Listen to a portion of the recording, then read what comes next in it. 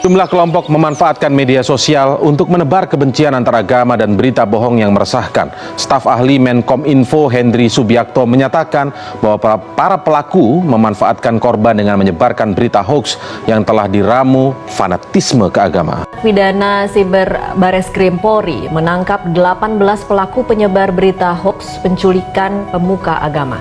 Para pelaku mengaku mendapatkan informasi bohong tersebut dari satu grup WhatsApp tertutup.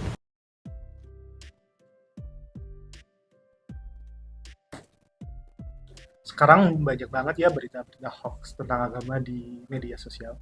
Iya bener, kadang aku sampai bingung apa sih tujuannya orang-orang menyebarkan berita hoax kayak gitu. Kayaknya mereka mungkin ingin memecah belah umat beragama ya.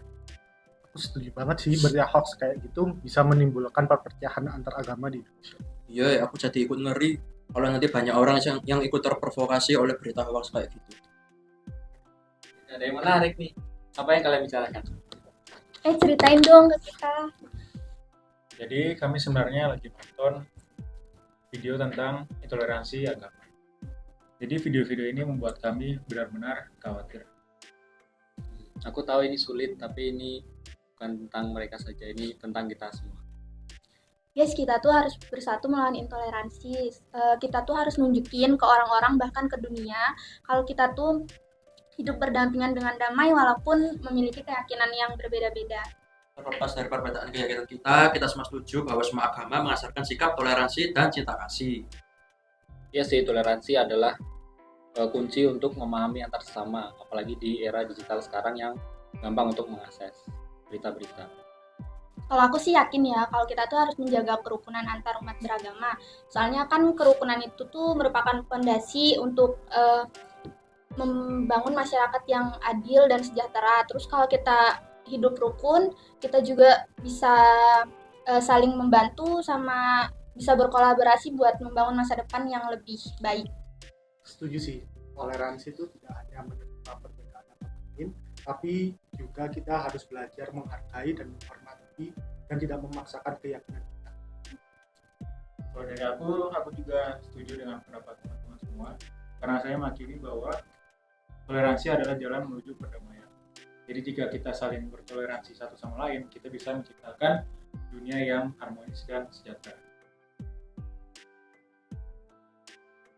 Toleransi sendiri adalah kunci untuk menjadikan masyarakat yang damai dan harmonis. Sebagai seorang muslim sendiri, saya diajarkan untuk saling menghormati dan toleransi antar beragama. Sebagaimana dalam surat Al-Kafirun ayat 6 yang berbunyi Lakum dinukum waliyadin, yang artinya untukmu agamamu dan untukku agamaku.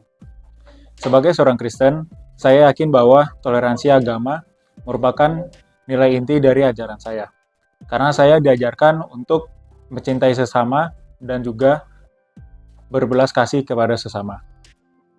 Karena Kristus sendiri menekankan bahwa kita harus mencintai sesama dan juga tanpa membedakan agama. Jadi kita memiliki ajaran dan juga tujuan untuk bisa menyebarkan toleransi di muka bumi. Dalam keyakinan Konghucu mengajarkan untuk hidup damai dengan semua orang. Kita harus bisa menciptakan lingkungan yang bisa menerima semua perbedaan. Percaya bahwa perbedaan agama ialah salah satu aspek yang dapat memperkaya kehidupan. Kita semua adalah bagian dari keseluruhan yang lebih besar.